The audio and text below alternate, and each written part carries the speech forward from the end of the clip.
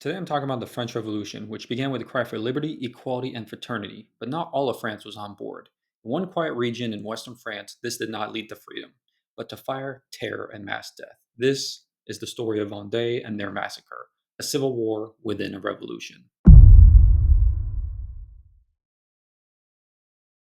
Vendée was a rural and devout region in western France. It had little in common with the radicals in Paris.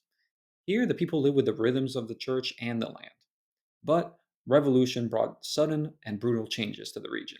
The Catholic Church lost its power, priests were executed, and young men were conscripted into the Revolutionary War. By 1793, people of Vendée had had enough.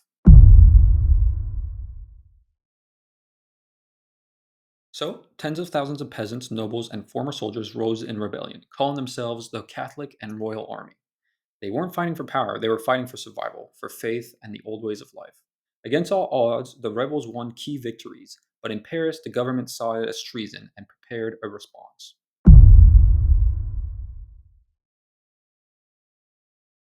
In 1794, the government unleashed the Infernal Columns, 12 military units tasked with not with fighting an army, but with destroying a population.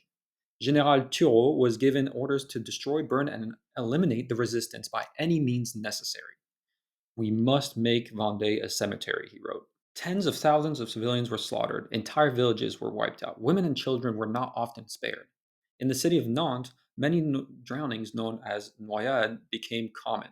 Prisoners were tied together and thrown into the river to die. The violence was systematic and it was total and absolute. By the war's end, Vendée had lost between 150,000 and 250,000 lives, a staggering figure in a nation already drowning in blood. The massacre remains a point of historical debate. Was it a military necessity or was it a genocide? What's clear is that this was one of the most horrific campaigns of internal repression in European history. Today, Vendée remains scarred, not visibly but in memory. In a revolution that sought to build a new world, Vendée reminds us of the cost when ideology replaces humanity. Thank you for watching this video on the brief history of the massacre in Vendée. If you like what you see, please consider liking and subscribing. I think I'm going to make more history videos as that's what I'm more interested about. So I'll see you in the next one. Thank you.